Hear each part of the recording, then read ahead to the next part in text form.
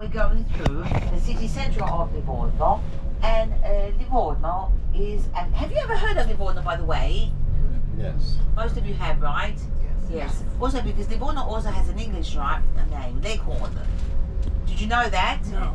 Yes, it was given by the Brits, Leghorn. Not because of the Leghorn chicken, but because actually they say for a type of straw that was growing in this area that was also used to make the straw hats for the English imported. That's right. Yes, there was a very high quality straw in this area here. Right, we are now in Piazza Grande. All right, Piazza Grande. We are in the heart of the city. On the right hand side, we can see the Cathedral of Livorno. Unfortunately, like a big part of the city, even the cathedral will be destroyed during the Second World War raids. So unfortunately, it is a copy of the one that was consecrated. The first consecration was done in 1606. Here we go. We can see on top we have the coat of arms of the Medici family, the architect spheres. Something that we're not going to see in Luka, right? Because Luka, by the way, is the only city that never fell under the Medici dominations, remains independent until the arrival of Napoleon, right? So the history of Lucca is completely different from the other cities of Tuscany. It's a fascinating city. But what about Livorno? Livorno has a very unique history, and actually Livorno is a young city of Tuscany, all right? And also I can say it's a young city of Italy, right? And at the moment, we, as I said, we're coming from the port, we're going through Via Grande, that is the principal route, city centre of Livorno. This square that we are passing by now, driving over now, yes, I'm saying over, you know why? Because this is also a bridge. This is not just a square, as we can see it, right? But it is actually the widest bridge of Europe. 241 meters wide. If you look on the right hand side, you can actually see water. There they are. There it is. And in fact, we have the canals of Livorno. All right. Livorno was constructed at the end of the 1500s. Okay, at the end of the 1500s, and well, it will be the Medici family, okay? The Medici family from Florence, or better, where were the Medici from exactly? The Medici family, halfway through the 1300s, moved into Florence from the Mugello area, so from the outskirts of Florence, from the countryside, one of the areas in the countryside. They moved into Florence as bankers, and they became the bankers of the Pope, and they became one of the richest families of Europe, halfway through the 1400s up to halfway through the 1700s, when then the family died out because the last member of the Medici family, Giancastone, had no children. This building that we can see here on the right hand side, that belongs to the period of Livorno of the 1800s, is our water deposit, our central water deposit. Yes, you would never guess that it is a water deposit. Inside there are actually several pools, right, where water is conveyed from the outskirts of the city to this building here, where, as I said, in fact it's called Piazza del Cisternone. Cisternone means big cistern, right, and through pipelines into the houses. Right, it's a very interesting building, right? As I said, difficult to understand that it is the water system, the central water system of Livorno. On the right hand side, we have this, one of the city parks of Livorno, the Parterre, that was also considered one of the oldest city parks of Livorno. It was actually also a zoo many years ago, a little zoo, but there's no animals anymore, just a bit of ducks, and that's all. Okay, so not like it used to be. And then this is Viale Carducci, that is dedicated to Giosuè Carducci, who was a very famous poet of the 1800s, right? Who also lived for a period in a very, very important area south of Livorno, that is in Bolgheri, because his father was a doctor and he was working in this village that then later on in time becomes famous for wine, for the Super Tuscan wines. Maybe you've heard of Super Tuscans. All right, now we're crossing L'Aurelia. This road here is the coast road. It's considered to be the coast road of the Roman times, and that's why it goes through Livorno. Basically, it connects Rome to France. And we have in front of us, in distance, right in front of us, that we can start seeing the central station, train station of Livorno, right? Once again, even the central train station of Livorno was constructed halfway through the 1800s, when obviously traveling by train becomes a new ways of transportation, right? And let's say that that historical period is also connected to the period in which people were coming on vacation to Livorno, because Livorno, from basically halfway through the 1800s, becomes the place to come on vacation, on holiday, to enjoy the benefits of seawater, that is thalassotherapy, and well, also to cure tuberculosis due to its very mild climate. Okay, so they start constructing many hotels in the city, on the coast, and also beach clubs were built. We've got among the first beach clubs of Europe, but we also had spas, a beautiful spa that we're going to pass by very soon. This was closed down years ago, many years ago, right? And I want to show you actually the spa section inside the Hotel Coral. That is really heartbreaking to see it, that it was closed down. Obviously, you know, there was the war and everything. So, and also because then Livorno became an important industrial port and wasn't touristically important anymore. But I want to show you the spa that they built here, when yet this area here was not the section or the beginning of the industrial area of Livorno. On the right, very soon. It's incredible. Obviously, this horrible ramp was not here either. Look on the left. Wow. Obviously, all the buildings that we see in this area did not exist. Alright. As I said, now this area here, this is the northern part of Livorno, and it's, as I said, also in the industrial area of Livorno. Yes, you know that people would come to this spa because the water had health benefits, and it had also a salinity. In fact, there was a period in which they were also producing Coke here, right? And the Coke, they say, had a special flavor because it had a bit of salinity, so it really came out very well, right?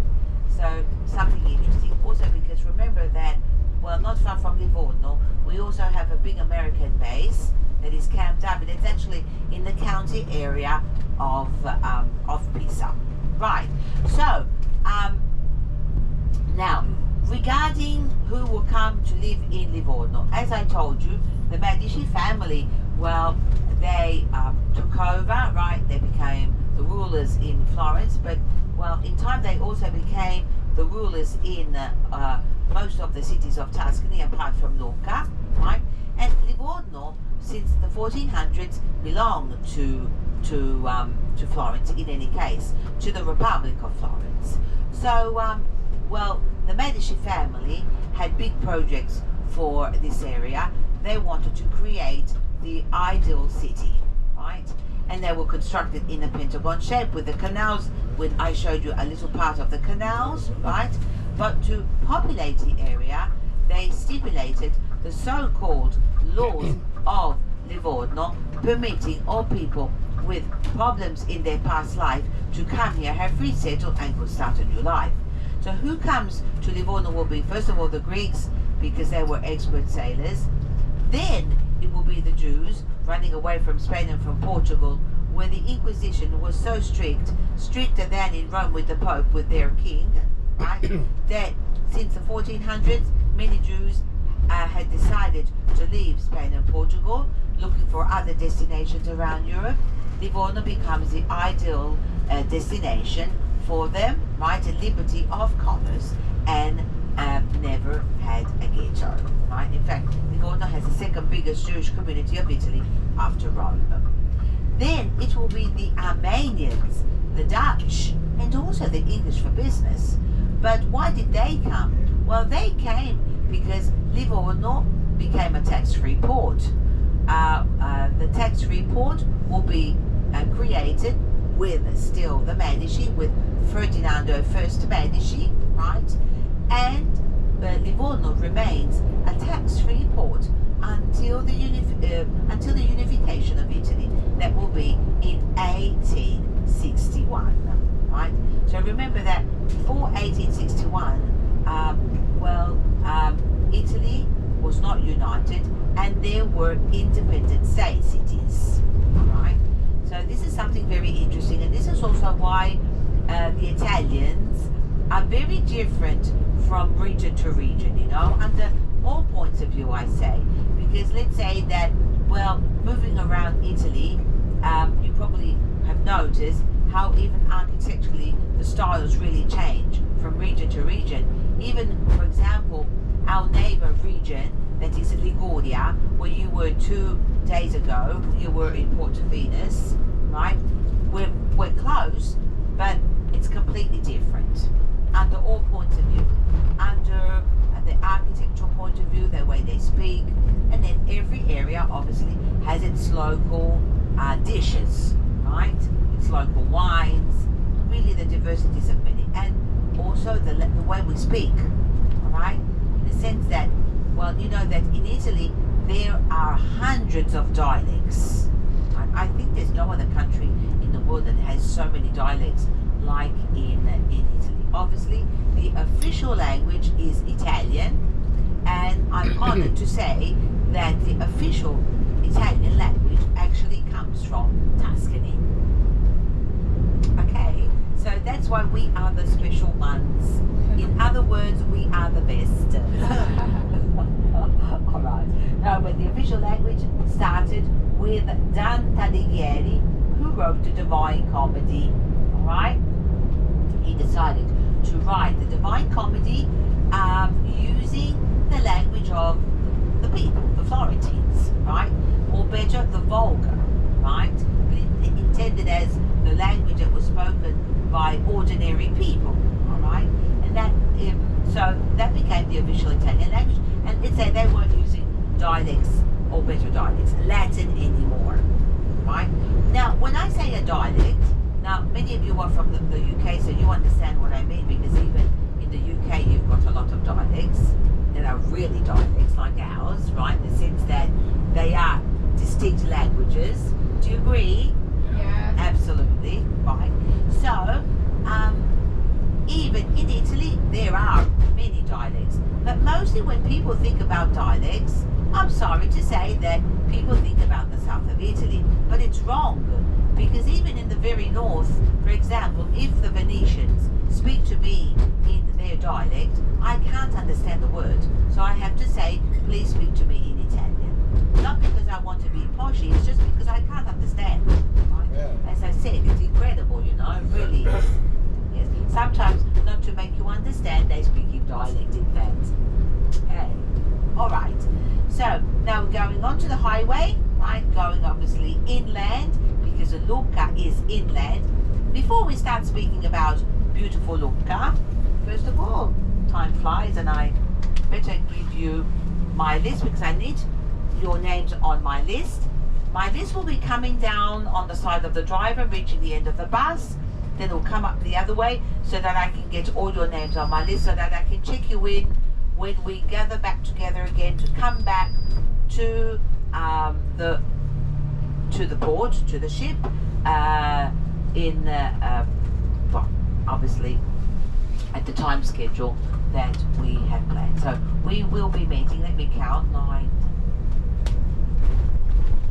Ah, perfetto. Okay, yes. We will be meeting in Luca, just to start reminding you, at noon. All right? We've left even a little bit earlier this morning, so no, but yeah, perfetto. Okay, 5 hours of total up and down. All right. So, I will show you exactly where we're going to meet at noon in Luca. All right? Because that's also why you have a map, and it's very, very easy. Okay, so I haven't. Obviously, I know that many of you are from the UK today. Many are from Samara in these days are from the UK. Who's from the UK? Oh, okay, okay. Who's from the US? All right. Hate to admit it. You from? The U.S. The US. Okay. We hate to admit it. We say Canada depending on who we're talking to. Where are you from? Oh, we're from Toronto. That's why I wear my Muslim hat. All right. That's funny. We have the mango. That's unique. We have the mango Mussolini at home. Oh, right. Okay. Well, we've had our problems in the past, so don't I know, worry. that's why I called them that. All right. So, in other countries, we've got some Australians today. Where from? Where from? We're from Sydney. Yes, from Sydney. And there's a lady at the back too, I can see. She said she's from Australia too, right? Okay. Yesterday I didn't have any Australians. Not one. Normally on Samara, instead there are Australians too. Right, okay. Nobody from New Zealand? Yes. No? I thought I talked to someone from New Zealand. Ah, okay, no. Anybody from New Zealand at the back? Staff from the ship. No Kiwis today? All right, okay. All right. So who has never been to Italy? You've all been to Italy, right? Like all of you today. Very good, very good. Have you all been to Tuscany too? Yes, Most of you? Yes. Who hasn't been to Tuscany before? Okay, right. Well, obviously, the UK is very close. So it's easy to go up and down from Italy to the UK, right? It's true.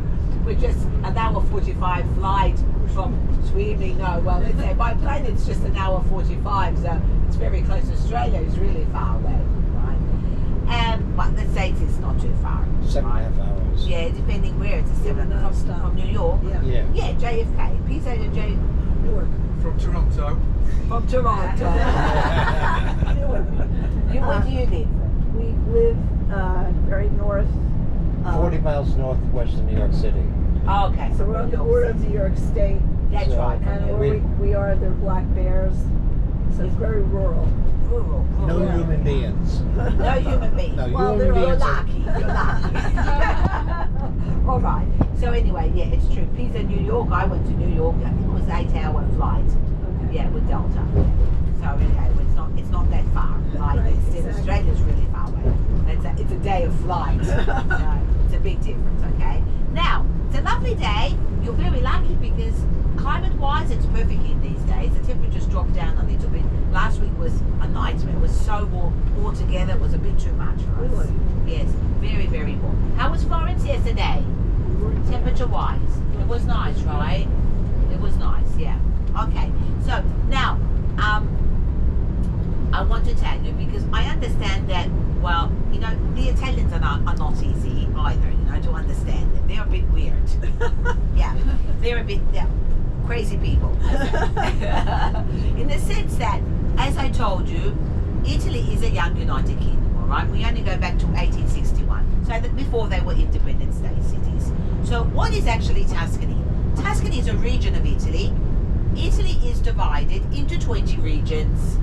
All right, a region is a sort of state of the US, of Australia, right? So that's what a region is. It's a sort of state, but politically not independent like the states of the US. More or less, the rules are the same on all the Italian territory.